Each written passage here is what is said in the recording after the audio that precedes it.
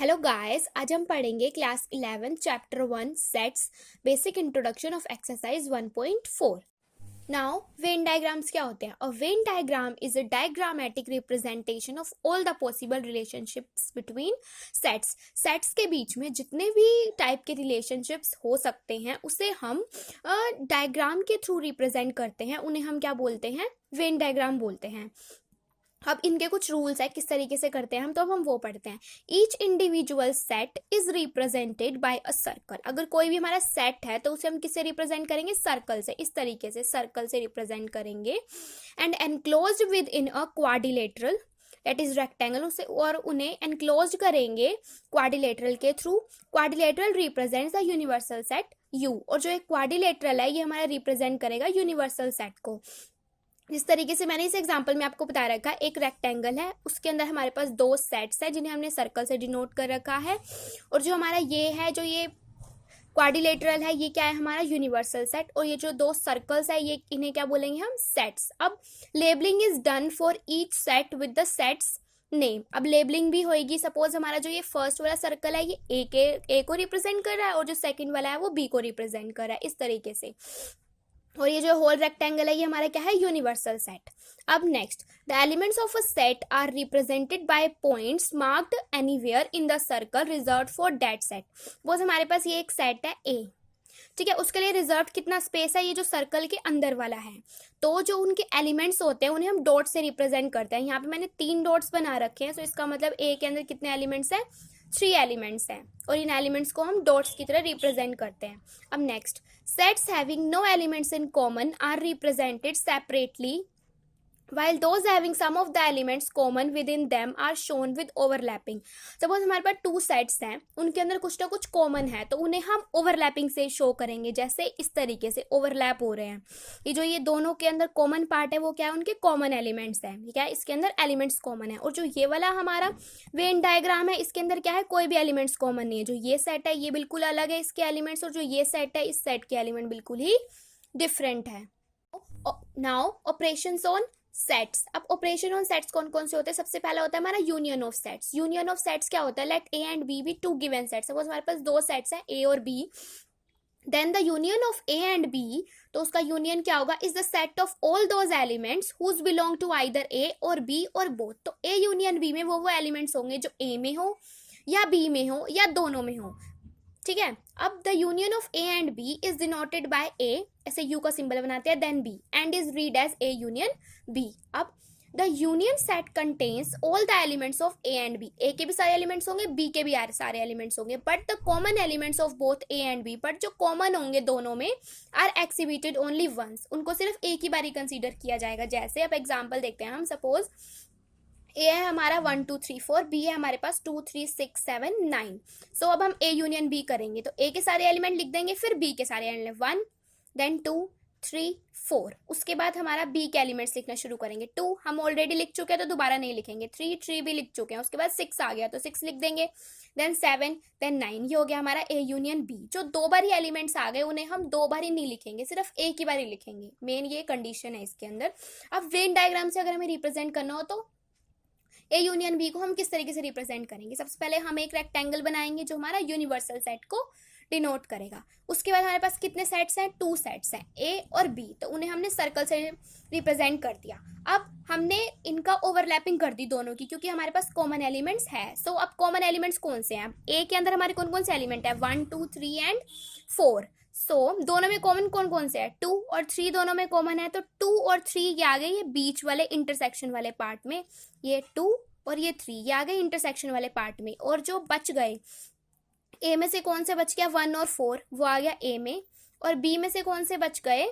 6 7 and 9, तो B में आ गए 6 7 एंड 9। इस तरीके से हम वेन डायग्राम के थ्रू ए यूनियन बी को रिप्रेजेंट कर सकते हैं। जो ये शेडेड पोर्शन है ये हमारा ए यूनियन बी को रिप्रेजेंट करा है, क्योंकि ए यूनियन बी में यही सारे एलिमेंट्स है, 1 2 3 4 6 7 9, यही सब एलिमेंट्स है। So shaded portion is A union B. अब हम देखते हैं नेक्स्ट, इंटरसेक्शन ऑफ सेट्स। अब इंटरसेक्शन क्या होता है? Let A and B 2 given set, suppose हमारे पास two sets given है A और B, then the intersection of A and B is the set of elements which belong to both A and B. अब intersection क्या होता है? common part, जो A से भी belong करेंगे B से भी belong करेंगे, उन्हें हम क्या बोलेंगे? intersection of sets. In other words, the intersection of A and B is the set of common members of A and B. The intersection of A and B is denoted by A. इस तरीके से हम union का मतलब U को अगर हम उल्टा बना दे तो उसे हम क्या बोलते हैं? Intersection. And is read as A intersection B. अब एग्जांपल देखते हैं. A में हमारे ये सब एलिमेंट है, B में हमारे ये सब एलिमेंट है, तो दोनों में कॉमन कौन कौन से हो गए? 1 दोनों में कॉमन है, 2 दोनों में कॉमन है, 3 दोनों में कॉमन है, उसके बाद 6 दोनों में कॉमन है, और तो कोई एलिमेंट कॉमन नहीं है, तो A इंटरसेक्शन B क्या हो गया? 1 2 3 एंड 6. अब अगर हमें इसका वेन डायग्राम ड्रॉ करना हो तो अब हम किस तरीके से करेंगे? सबसे पहले हमने एक रेक्टेंगल बना दिया जो हमारा यूनिवर्सल सेट को डिनोट कर रहा है. उसके बाद जो कॉमन एलिमेंट्स है वो हमने यहाँ पे लिख दिए. कौन कौन से कॉमन एलिमेंट है? 1 2 3 एंड 6, वो हमने इसके अंदर लिख दिए. अब A में से कौन कौन से बचे? 9 एंड 18, तो हमने उसके अंदर लिख दिए. अब B में से कौन कौन से बचे? 1 2 3 6 को छोड़ के 4 8 12 एंड 24, वो हमने B में लिख दिए. अब A इंटरसेक्शन B हमारा कौन सा पोर्शन होगा? ये बीच वाला जो दोनों में कॉमन है, डेट इज 1 2 3 एंड 6. इस तरीके से हम वेन डायग्राम के थ्रू A इंटरसेक्शन B को रिप्रेजेंट कर सकते हैं. अब नेक्स्ट डिसजॉइंट सेट्स क्या होते हैं? If A and B are two sets such that A intersection B is equal to 5, अगर हमारा A और B का इंटरसेक्शन 5 आ जाए, that is there are no common elements in A and B, then these are called disjoint sets. Disjoint sets name indicate कर रहा है कि जो अगर हमें जितने भी सेट्स दे रखे हैं उनमें कुछ भी कॉमन ना हो. सपोज हमारे पास 2 सेट्स गिवन है A और B, अगर उनके अंदर कुछ भी कॉमन ना हो तो उन्हें हम क्या बोलेंगे? Disjoint sets. और ये कंडीशन भी बिल्कुल सही है कि अगर दोनों में कुछ कॉमन नहीं है तो हमारा A इंटरसेक्शन B क्या आएगा? 5. सिंपल सी बात है. अब हम एग्जांपल देखते हैं इसका.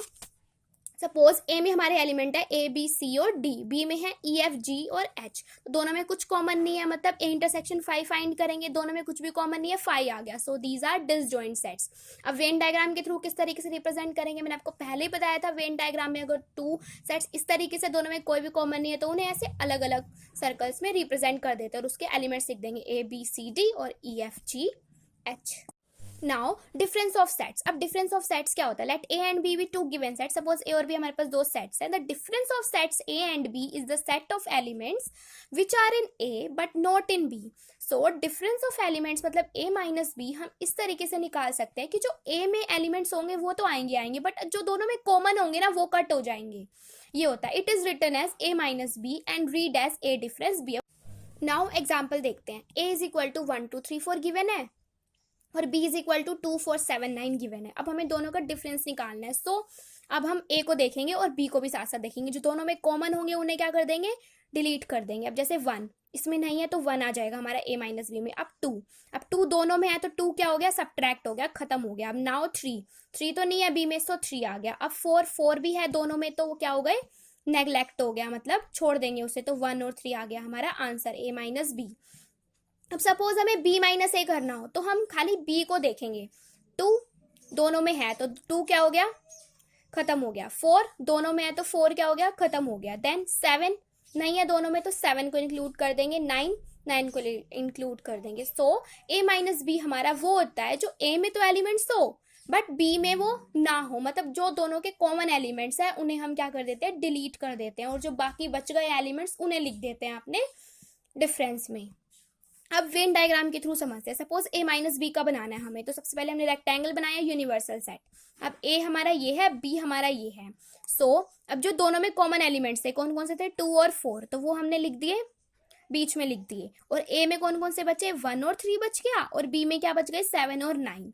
सो तो हमारा A माइनस B में कौन कौन से एलिमेंट्स आएंगे? 1 और 3, मतलब जो ए में एलिमेंट्स होंगे वो, बट अगर जो दोनों के कॉमन है वो क्या हो जाएंगे? डिलीट. सो जो शेडेड पोर्शन है ये हमारा A माइनस B को डिनोट कर रहा है. सो डिफरेंस ऑफ सेट्स क्या होता है हमारा?